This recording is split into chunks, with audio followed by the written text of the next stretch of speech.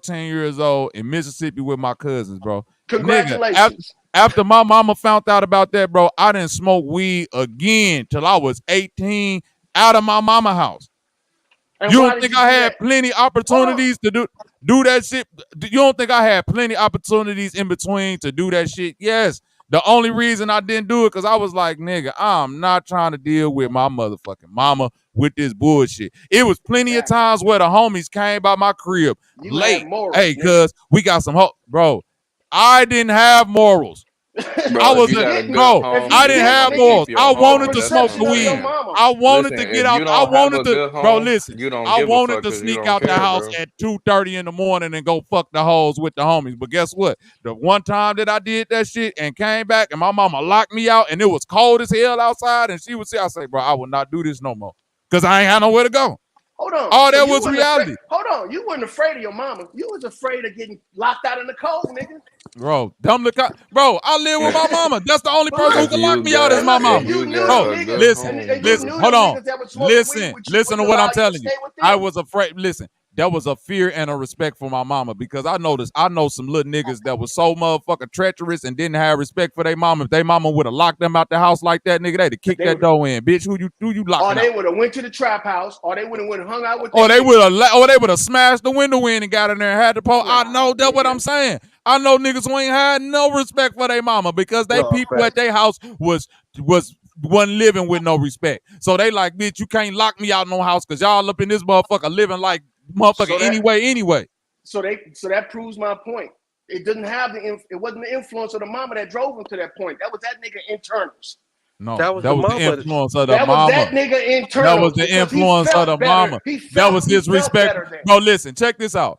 If I was in that same situation and my mama was in some projects and a bunch of niggas in and out the house and she just doing what the fuck she doing and not working and the dishes piling up and all that and I leave out at 2:30 and she thinks she finna lock me out, I'll be like, bitch, get the fuck out. All right. You see what I'm saying, Bang? They ain't locking me out of shit. And what does that make you? What does that make you? That makes you a man, right? That make me my mama. I'm a product of her. She had me and I'm acting just like how she act. Man, nigga, because now you ain't under the control of mama. Oh, now bro, you're your own man. You're missing my point. I understand that I'm my own man, but you, as any man or woman, is a child first, and your childhood is influenced by the people who raise you. This who creates the adult. So it don't matter how we keep on talking about this man and this woman. The whole point that matters is fucked up men and women. More women, in my motherfucking opinion, are raising these fucked up children, bringing them outside, and now we got fucked up adults that motherfuckers got to deal with. But you just gave the statistical difference between single men with their kids these days. How you gonna justify that statement? When you say that it's that's now.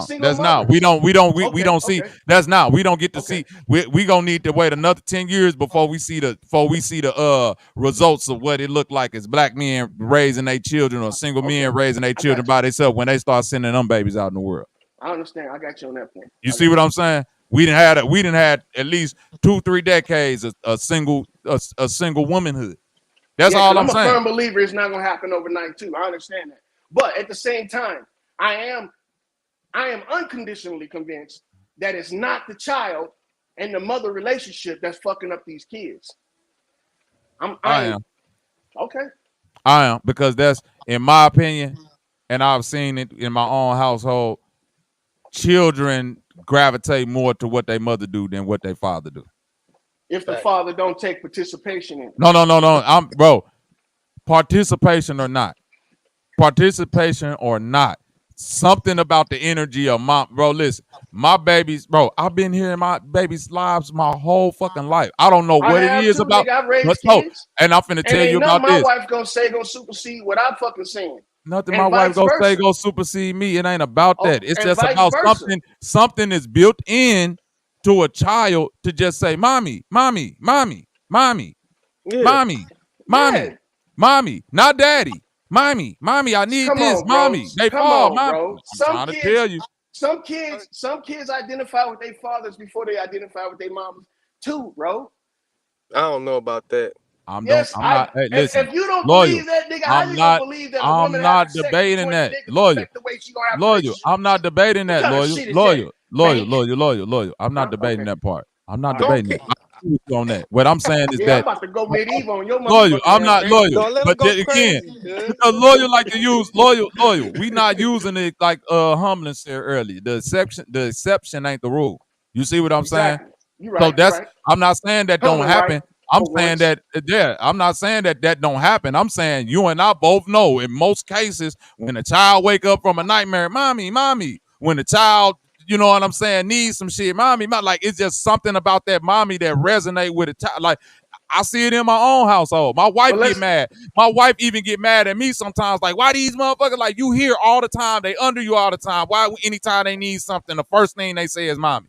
Why they don't run to you You first? know that's a luxury, nigga. Look, Bobby, you can't say that's not a luxury, nigga, because if you know your kids come and ask you for some shit, you already know the answer. It's different though, because when you transition into adulthood, it becomes dad. I need Thank this. you. Dad, what's Thank up? you. What's the wisdom on this? I'm about Yes, to they start a do. business. I'm about to call Yes, my they parents. do. What are you talking do not about? become adults and say dad. Yes, Niggas they do. said dad Yes, they way do. before they adults. Yes, they do. No, way before they No. adults. I'm talking We about talking the about more. No, It's no. gonna be more Loyal, of slow that. down. You missed Bankbone point. He wasn't saying say dad. He was saying the need, like the need that nurture need, like the child needs the mother. That's why the child is that. The adult or that person that's growing up that need that wisdom is like when you get into them formative years or you get older, dad, well, how do I do this? Dad, I need some money. Dad, can you help me with this? Dad, this is broke. Dad, like right now, your kids is all grown. I guarantee you they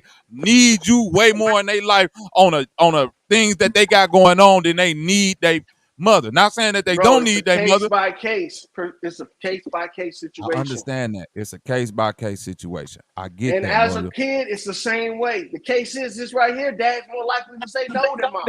That's the reason why they go to moms. I get that too, Loyal. I'm not disagreeing with none of that. That still goes to my point, though. Oh, okay.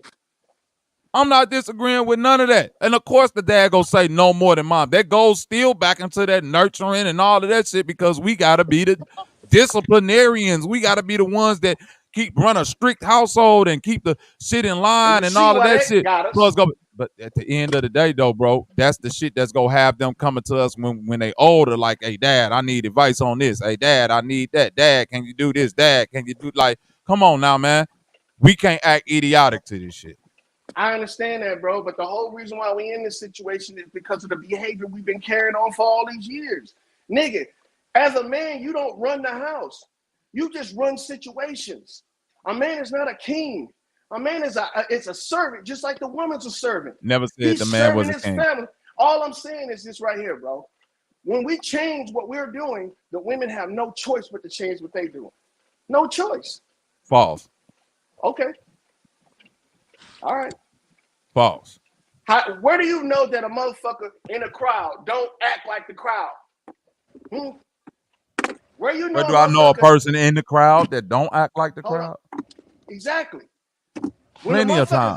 When a motherfucker's in a crowd, he's most likely to do what the crowd is doing because of what? Influence. The same shit with women. That's most. I hate you. That's most women. Most men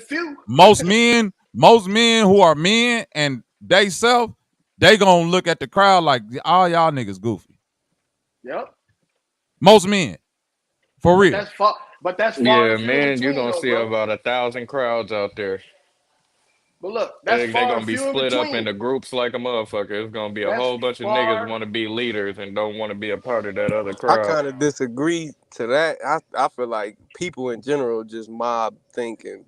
It don't matter, men or women. They do when they docile, but being docile is not a normal state for a man. Bullshit. I feel like most bullshit. Boys ain't men. Courage is acquired. A lot of these niggas today docile. Yeah, you don't come with courage right out the room. You don't come with courage right out the womb, nigga. You got to learn courage. You got to be taught courage. By example, you born with the potential. I agree with. For courage, I have to take that back because Bank is right. Most people, and you right too, Loyal. Most people do, men or women, do follow the crowd and just like group think and shit like that. That's not a gender-based ideology. So what's the dominant crowd right now? What's the dominant crowd right now? What's the dominant crowd right now? Men. Because that's what both genders are.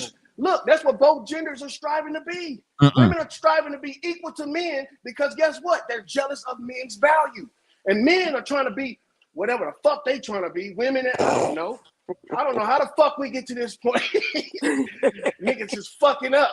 You know what I'm saying? Get your head out your fucking ass and get out there and start observing shit the way it's supposed to be observed. Actions speak louder than words. If a hoe is sleeping around on you, go ahead. My fault. To your point though, right? Because I see, like before the thing was this, a bitch would be like, you would tell me to go make dinner, but can you build a house? Can you change the tire? Can you do this and that? Well, more and more, I see more niggas doing more and more manlier shit. Like niggas is getting away from the computer jobs in my world. Not, I don't know everybody else. You shit. right. You But right. niggas They is are getting more hands on and shit. So all of that, it's more of a man's granddaddy time coming up with this shit. So we making full circle, but we don't have why to go the through these growing numbers pains. ain't decreasing though? If your theory was correct, it'd be more wholesome women out there. But it's more Because we hoes. still got these fringe ass niggas on the outside expecting it to be different. No. Yes. You're missing the point, Lloyd. Okay. It's way more men that's plumbers, electrician, construction workers now, UPS truck drivers, mailmen, and the statistics are out on these peoples now. It ain't like back in the 90s when they was like, oh, you a postman and all. The statistics is out. We know that these are high-paying jobs. We know that plumber, all this shit is 80 to 100,000, 70. You feel me, loyal shit that can very well take care of. I feel you. Go ahead. I'm gonna say this, and it's go. I said it earlier, and I'm gonna say it again. The main group ain't men. The main group is homosexuals. Oh shit! Women want to be transsexuals, and men want to be women. Exactly. That's the fringe. That's the fringe I'm talking about. That ain't fringe. No, look. Yes, it is. Listen. It's far and few between. Listen. No, it ain't. It's too many. It's every bitch every time I see a bitch go get her face did and her nails did and throwing that stupid ass makeup and that weave, all y'all look like trannies. Hey, you know what's even crazy too though? Women be saying that they want to look like men, like they like how men jaws be strong and shit. Yeah, because they mixed up, man. Because we giving them the wrong fucking identifying markers. We should be telling women. No. When you say we, I'm finna be very controversial in this. The majority outnumber the minority. Women want the validation of a man, right? Exactly. But women could get the validation of a man through a homosexual without any of the scrutiny. But they also get it from a man that's a simp. Look, that'll accept. That's a homosexual still. Because that same nigga that's a simp, in my opinion, the fuck a man. Simp ain't a homosexual. No, I just said it. That same nigga that's a simp, in my opinion, he will fuck a man. I don't know about all that. I do. Might be a sucker. I feel like that. Might be a trick. A sucker nigga. Think homosexual. I didn't say nothing about no homosexual. Nigga said sucker nigga, boy. Hold on, man. How we get into? Never mind. But look, let me come back to what I'm saying, please. Bro, the reality of the world today is that it's niggas running around this bitch right now. Nigga, I seen the clip on YouTube, like a TV show, and it was Ice-T talking to a nigga, and the nigga was like, "I'm not gay. I got a wife. I just have relationships with men." That nigga Ice-T looked at that nigga and said, "Brother, that means you're gay." And that nigga was like that nigga was looking shocked, like, really? Like, nigga, this is what we live at today, cuz. Hey, hold on, crying, bro. That's the fringe. I'm not disagreeing with that. That ain't fringe. That's what I'm trying to loyal. That's what I'm trying to get you to understand the world we live. Bank, could you get that nigga to understand that them not fringe numbers no more? We in the minority. No bullshit. We ain't in the minority. All right. Okay. Nigga, I'm beat. I'll tell you right now, just because homosexuals occupy these spaces that we dwell in more often, the only reason why that is occurring is because we have accessibility to that shit. But other than that, bro, your cousin can be gay and you not even know it. Your brother can be gay and you not even know it. Right. And the same vice versa with you and telling other people that you ain't gay. The thing is this right here. The fringe is this right here. The minority does not outweigh the majority. And they are the majority. They are the minority. We the majority. When a kid starts off as a little boy and he's growing up to a man, he has a choice to choose between what preference of sexual partner he wants to be with. But initially, he is a fucking man. So that takes a choice. That means he has the option to go to point A or part B. And it's up to him whether he chooses that. That doesn't make them the majority. That makes them the minority, because if you got to choose, that means that you are looking at options. Now, when women, what I feel about with women, this is my opinion, is that women are looking at us and trying to get our approval. And we are accepting the bad behavior as acceptable behavior. If a simp come along and say, women is not trying to get men approval, lawyer. Come on, bro, please. If women were trying to get men approval, them bitches be wearing mini skirts with high heels and cooking in the kitchen all day. Bro, you can't tell me that most of these women out here fucking these double-digit men don't have daddy issues. No, that's a daddy issue. That don't mean they trying to get men approval. It's a man issue. It's a dad's approval. That's what they're lacking. But that don't mean you trying to get men approval. That just means you got an issue. You're trying to find what you didn't get from your daddy. That's the which issue. Is unconditional love and support. Now, yeah, but you're not gonna get that through your coochie. Well, that's the only way they know how. That's why they feel value it, because y'all put value in that shit. No. Sit up here and say, if a woman fuck 20 men, she's washed up. Then right. There is value in her coochie. We didn't say she was washed up. I still crack. She just no, we gonna still fuck her, but you can't. We not gonna take her serious. Yeah, we not. You'll never take her serious, bro. That's the whole point. You're not gonna take her serious. You'll get cracked. To what extent? You're not going to the extent of you just go be somebody that a nigga call between my favorite eater. 11 and 4 in the morning. And what if the bitch say, fuck you, I ain't dealing with you no more? Then now you want to know. Did you know how many? Then I'm going to say it's a lot of y'all that exist out in the world. See, so look, that right there is the point I'm making right there. All right? It's because men will accept anything. Mm. No, and they don't care. They don't care what's unacceptable or acceptable. In order to change that, we got to change our ways first.